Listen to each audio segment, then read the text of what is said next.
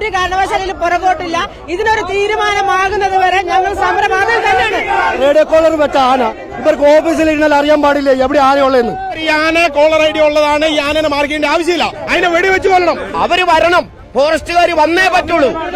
ഞങ്ങളുടെ സഹോദരനെ ആന ചവിട്ടിക്കൊന്നു. ഇവിടെ ഫോറസ്റ്റുകാർ അന്വേഷിക്കുന്നില്ല.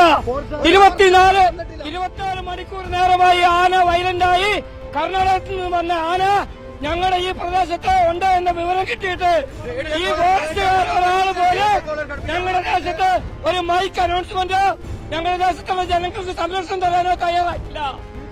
അതുകൊണ്ട് ഞങ്ങൾക്ക് ആളാണ് കൊന്നത്. വീട്ടിൽ കയറിയിട്ടാണ് ആളെ കൊന്നത്. വീട്ടിൽ കയറി വീട്ടിൽ കയറിയിട്ടാണ് 54 വന്ന ആന 54 കിലോമീറ്ററോളം നടന്നാണ് പടമലയ്ക്ക് വന്നത്. ഈ പടമലയ്ക്ക് വന്നപ്പോ ഈ ഫോറസ്റ്റുകാരോ പോലീസുകാരോ ഒരു അനൗൺസ്മെന്റ് ചെയ്യണ്ടേ? ഇവരെന്തുകൊണ്ട് ചെയ്തില്ല? എന്നിട്ട് വോയിസ് മെസ്സേജ് വിട്ടേക്കുന്നു ഒരു നാട്ടുകാർ. ഇത് രണ്ടാമത്തെ മരണമാണ് ഞങ്ങളുടെ പ്രദേശത്ത്. ഈ ഇതിനു മുമ്പുണ്ടായ മരണത്തിന് അവർക്ക് അർഹമായ അനുകൂലം ഞങ്ങൾ കിട്ടിയിട്ടില്ല. അതുകൊണ്ട് ഒരു ഘട്ടത്തിലും ഞങ്ങൾ പുറകോട്ടില്ല. ഞങ്ങളുടെ ജീവന സ്വത്തിന് ഒരു വീട്ടിൽ നിന്നാണ്, ഇതല്ലാതെ കാട്ടിലിറങ്ങിയിട്ടല്ല. ഒരു കാരണവശാലും പുറകോട്ടില്ല. ഇതിനൊരു തീരുമാനമാകുന്നത് വരെ ഞങ്ങൾ സമരം അതിൽ തന്നെയാണ്. പുലർച്ചെ 3 മണി മുതൽ ഇറങ്ങുന്നതാണ്. അത് എവിടെയാണ് കഴിഞ്ഞിട്ടില്ല. 3 മണി മുതൽ വള്ളിയൂർക്കാവ് ഡിവിഷനിൽ നടവയൽ കോളനി എന്ന് പറഞ്ഞ സ്ഥലത്തു നിന്നാണ് ഇത് പോയത്. പാക്കത്തുനിന്ന് വന്ന ആനയാണ്. ഏകദേശം 7 മണിയോടുകൂടി ചെറൂര് 54 ഭാഗങ്ങളിൽ കയറിയിട്ടാണ് ഈ ആന പടമലയ്ക്ക് പോകുന്നത്. ദിവസങ്ങൾക്ക് മുമ്പ് വനംവകുപ്പ് പത്രസമ്മേളനം നടത്തി വനംവകുപ്പിന്റെ ഉന്നത ഉദ്യോഗസ്ഥർ പറഞ്ഞത് കർണാടകയിൽ നിന്നും റേഡിയോ കോളർ ഘടിപ്പിച്ച ആന വയനാട്ടിലെ കേരള വനത്തിലേക്ക് കടന്നിട്ടുണ്ട് എന്ന് അവർക്ക് മനസ്സിലാക്കി പത്രസമ്മേളനത്തിൽ പ്രഖ്യാപിക്കുകയും ചെയ്തതാണ്. ഈ റേഡിയോ കോളർ വെച്ച ആന ഇവർക്ക് ഓഫീസിൽ ഇരുന്നാൽ അറിയാൻ പാടില്ല എവിടെ ആനയുള്ളതെന്ന്. പിന്നെ എന്തിനാണ് ഇത്രയും ലക്ഷങ്ങൾ മുടക്കിയിട്ട് ഈ റേഡിയോ കോളർ വിറ്റത്? അതും പൈസയാണോ? അത് പൈസയല്ലേ? നമ്മുടെ തന്നെ പൈസയല്ലേ? നേരമായിട്ട് ഇതുവരെ വനംവകുപ്പിന്റെ ഭാഗത്തു നിന്നും ഒരു തീരുമാനങ്ങളും വന്നിട്ടില്ല. എന്താണെങ്കിലും ഞങ്ങൾ റോഡ് ഉപരോധിച്ച് ഫോറസ്റ്റിന്റെ ഉദ്യോഗസ്ഥരെ വന്നിട്ട് CCF, DFO, ജില്ലാ കലക്ടർ എന്നിവർ സ്ഥലത്തെത്തിയാൽ മാത്രമാണ് ബോഡി മോർച്ചറിയിലേക്ക് മാറ്റാൻ ഞങ്ങൾ അനുവദിക്കുകയുള്ളൂ. അങ്ങനെയാണ് തീരുമാനമുള്ളത്. ഇപ്പൊ രണ്ടാമത്തെ മരണമാണ് നമ്മുടെ ഡിവിഷനിൽ നടക്കുന്ന ആനയുടെ ആക്രമണത്തിൽ. 2017 ഇതുപോലെ ഒരു കുടുംബത്തിന്റെ അത്താണ്. ചെറൂർ ഭാഗത്ത് നിന്ന് ഈ ആന ഒരാളെ ആക്രമിച്ച് ഓടിച്ച് വീട്ടിൽ കയറ്റി. അയാൾ തലനാരി എനിക്ക് രക്ഷപ്പെട്ടു. വീണ്ടും വന്ന് മുട്ടങ്കരയിൽ വീണ്ടും ഒരു വീടിനുള്ള പറമ്പിലുണ്ടായിരുന്ന ആളെ ഓടിച്ചു. 3ാമത്തെ ആളാണ് ഇതിന്റെ റേഞ്ചിൽ വന്നത്. അതും റോട്ടിൽ നിന്ന് ഓടി വീടിന്റെ ഉള്ളിലേക്ക് വീടിന്റെ മുറ്റത്ത് കയറി ആനനെ ഗേറ്റ് ചവിട്ടി പൊളിച്ച് കയറി ആന ചവിട്ടിക്കുന്നത്. 1ാമത്തെ കാര്യം, ഈ ആന കോളർ ഐഡി ഉള്ളതാണ്. ഈ ആനനെ മാർക്കേണ്ട ആവശ്യമില്ല.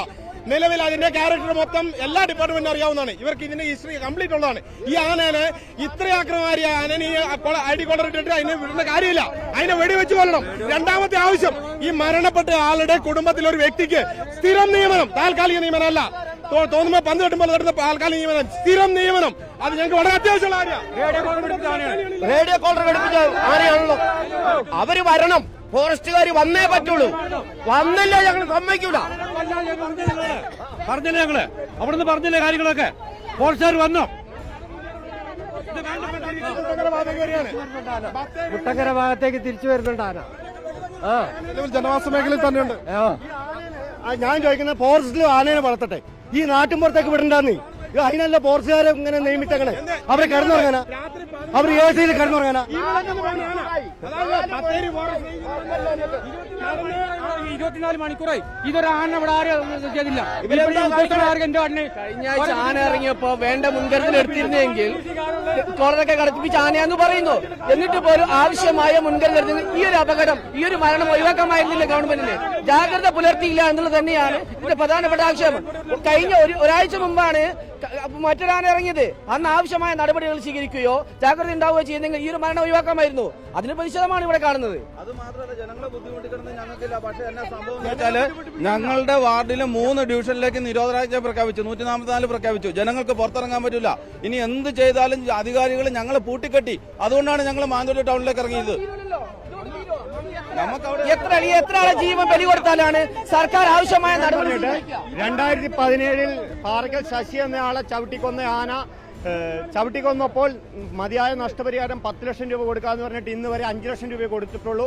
അതുപോലെ തന്നെ 1 വർഷത്തിനുള്ളിൽ റെയിൽ ഫെൻസിങ് യാഥാർത്ഥ്യമാക്കുമെന്ന് പറഞ്ഞിട്ട് ഇതുവരെ അത് യാഥാർത്ഥ്യമാക്കിയിട്ടില്ല. എത്രയും പെട്ടെന്ന് അത് യാഥാർത്ഥ്യമാക്കുകയും അജിയുടെ കുടുംബത്തിന് തികഞ്ഞ നഷ്ടപരിഹാരം ഉടനടി കൊടുക്കുകയും ചെയ്യണമെന്ന് അഭ്യർത്ഥിക്കുന്നു.